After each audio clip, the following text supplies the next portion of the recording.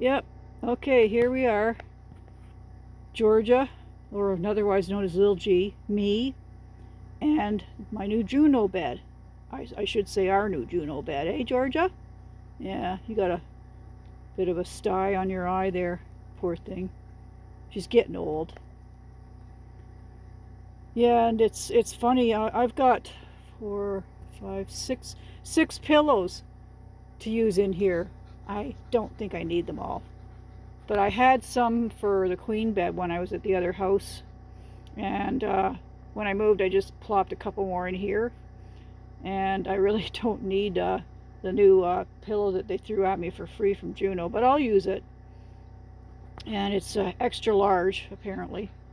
So, yeah. I'm exhausted from getting that plastic off of that damned compressed mattress. Pardon my English.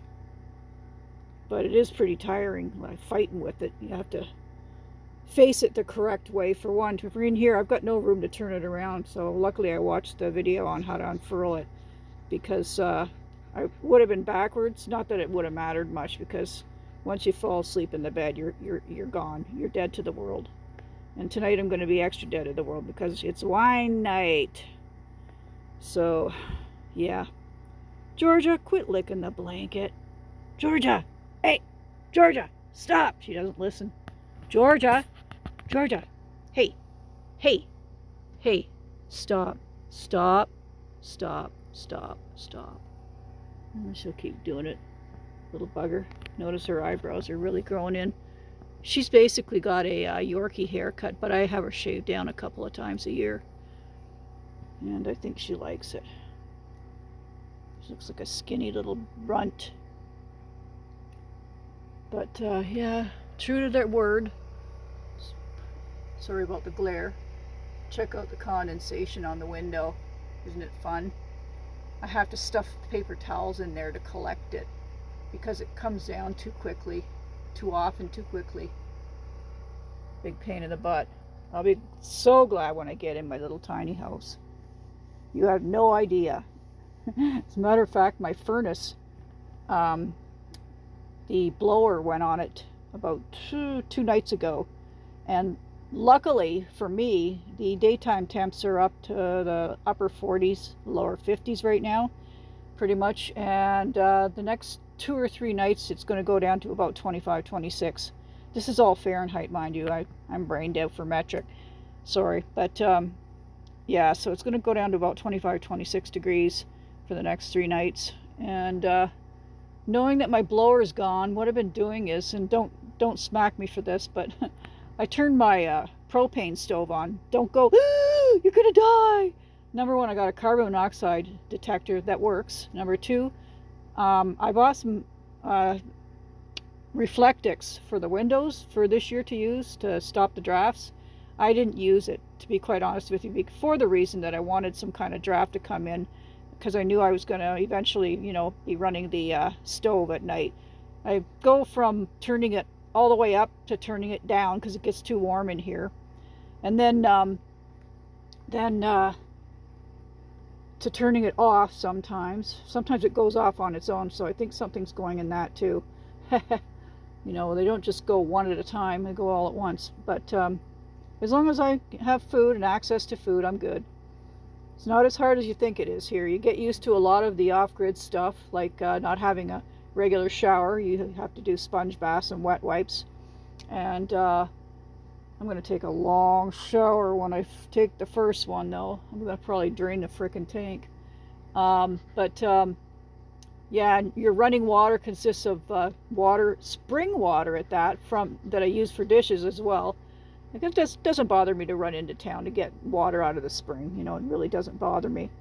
So, and if push comes to shove, I can use the water that's on the property, because I have a Berkey water filter system, which filters out about 99.999% of the bacteria and whatever stuff is growing in there, or can grow in there. So, yeah, I'm good to go for the water. You get used to that too. Like it's not a thing where you can just turn the tap on and but the house will be set up a little bit different because it'll be coming out of a tank that'll be located inside underneath the cupboard. But I'll show you all that when I get the house built, when I move in and all that stuff.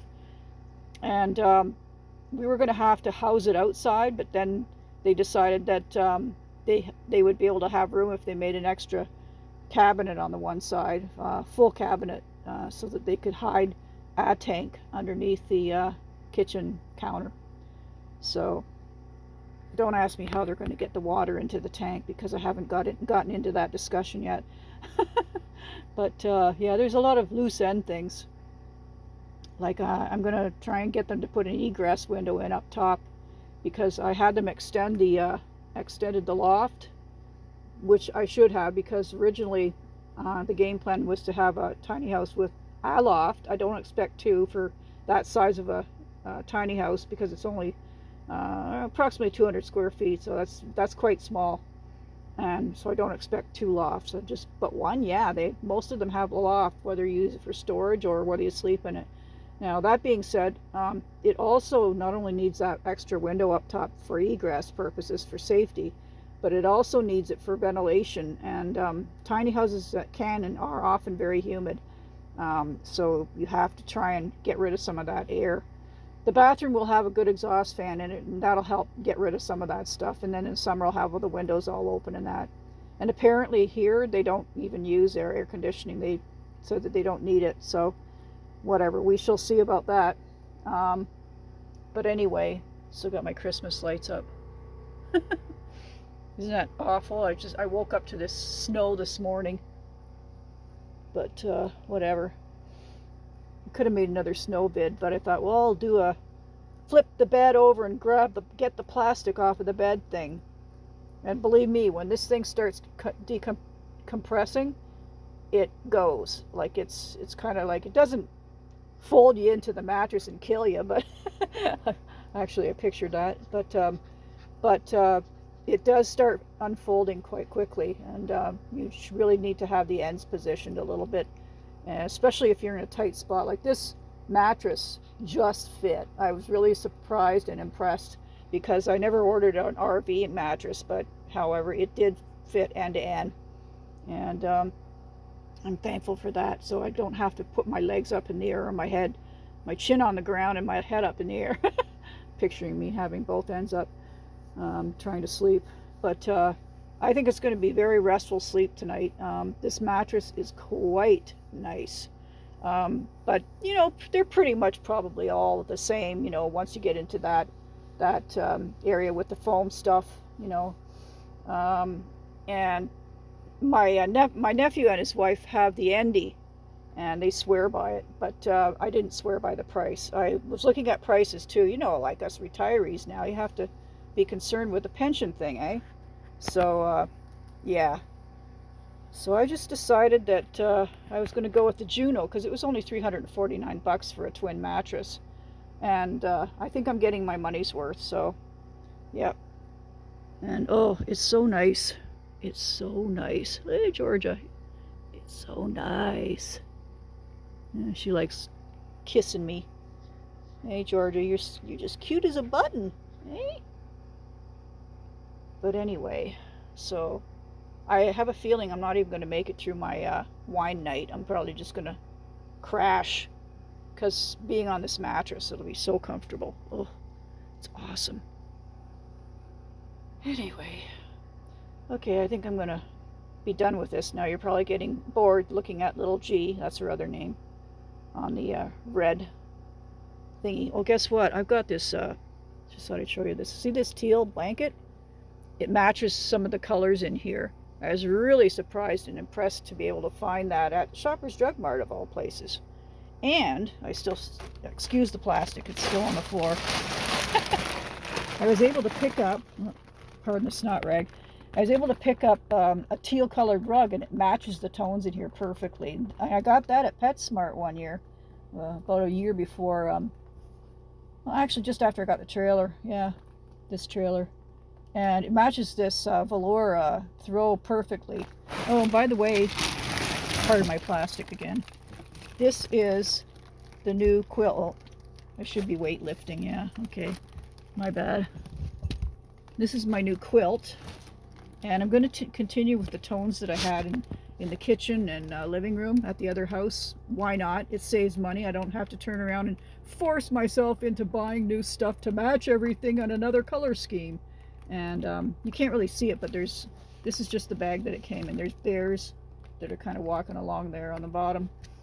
I'm sure you'll be able to see it on the quilt. But awesome colors, and it'll really perk up the place because I am using black, red, yellow, and green in there.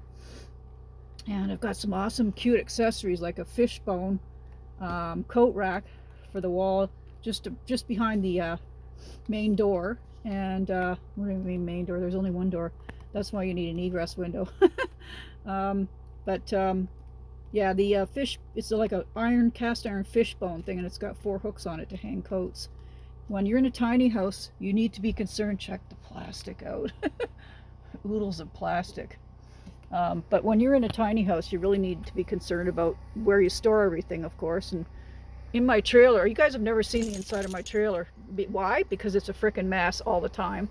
And I don't have enough room for storage. I try to buy not too many groceries, but I am trying to store up some things, you know, because of what may be happening down the road. And I do have a few hangers there to hang a few wet things in the winter. And like when I do my laundry, I hang it outside on one of them hanger thingies. And I've got 3 of these wire baskets, Wayfair, 3 of these wire baskets, and they didn't stick at first, and then I realized I'm not doing this right, because they should stick. They're supposed to hold 10 pounds. Come on, they wouldn't put that all over their advertising if it wasn't working. So I followed the instructions to the T, and lo and behold, yeah, they stick.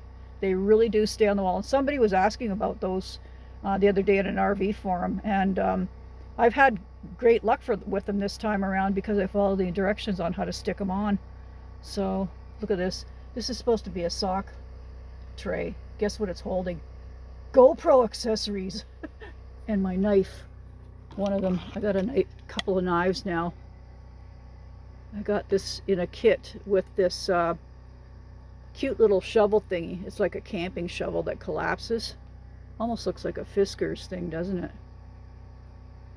But no, they just copied their colors. Anyway, and yeah, this one's got some socks in.